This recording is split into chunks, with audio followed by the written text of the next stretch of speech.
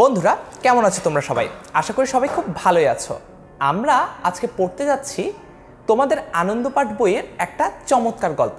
গল্পটার নাম হচ্ছে চরু, এবং চরু গল্পটা তোমাদের জন্য লিখেছেন বিখ্যাত গল্পকার হাসান আজিজুল হক।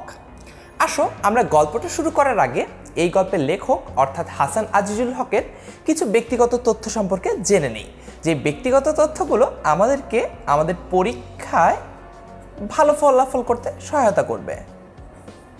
প্রথমেই আমরা জানব হাসান আজিজুল হকের জন্মসাল।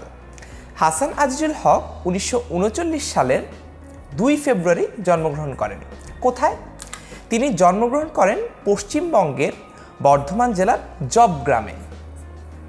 তারপর হাসান আজিজুল হকের কিন্তু চমৎকার কিছু উল্লেখযোগ্য সৃষ্টি রয়েছে।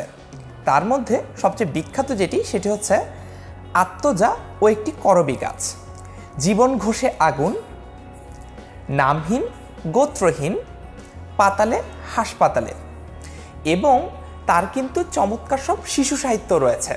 এই শিশু সাহিত্যের মধ্যে উল্লেখযোগ্য হচ্ছে ফুটবল থেকে সাবধান, লাল ঘোড়া আমি। তারপর হাসান আজিজুল হকের উল্লেখযোগ্য স্বীকৃতি রয়েছে সাহিত্যে অবদানের জন্য। তিনি বাংলা একাডেমি পুরস্কার লাভ করেছেন এবং 21 পদকও লাভ করেছেন।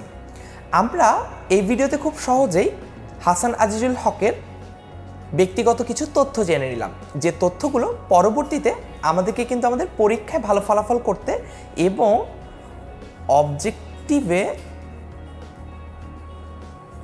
আমাদেরকে সহায়তা করবে। আজকের ভিডিওটি তাহলে এ পর্যন্তই।